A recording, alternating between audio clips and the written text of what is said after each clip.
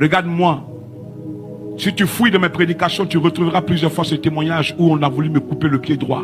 Bonjour, j'espère que vous allez bien. Alors aujourd'hui, je vous partage le témoignage du bishop César Cassé qui, à travers une aumône, a été guéri miraculeusement d'une maladie dite incurable. Moi, je peux adorer un Dieu qui m'écarte de ma famille. J'ai un père qui est souvent sur les journaux et quand je montre à mes amis de la ville que ça c'est mon père, il me traite de menteur. Pourquoi? Parce que si c'est ton père, tu fais quoi dans la rue?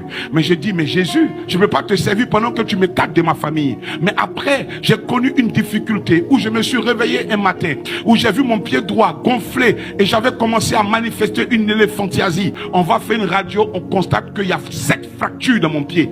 Ma mère avait commencé déjà à me préparer l'esprit. Elle m'a dit, mon fils, tu sais, dans la vie, il y a des gens qui naissent.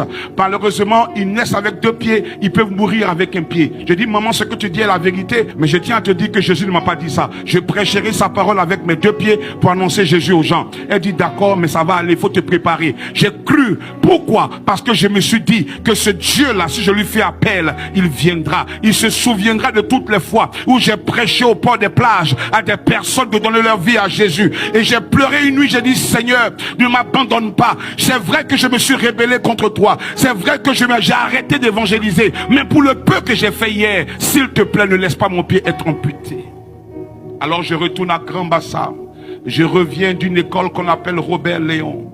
Et en passant par le quartier Congo, je trouve un vieillard qui me demande juste de l'argent pour acheter des galettes. Vous savez, souvent pour guérir à des maladies dites incurables, la solution, c'est de faire l'aumône. Je trouve un vieillard qui me demande juste de l'argent pour acheter des galettes. Et quelque chose en moi me dit que c'est le chemin de ma destinée. Alors j'enlève le peu que j'avais, qui était une piécette de 50 francs, et je lui donne cela. Il est écrit dans Ésaïe 58, versets 9 à 10 que « Alors tu appelleras et l'Éternel te répondra.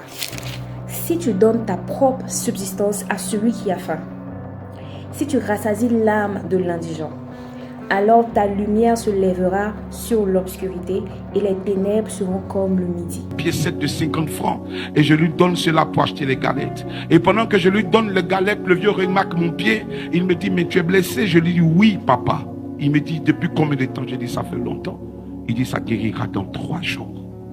Ajoutons l'aumône à nos prières et à tous les efforts que nous faisons pour guérir d'une certaine maladie.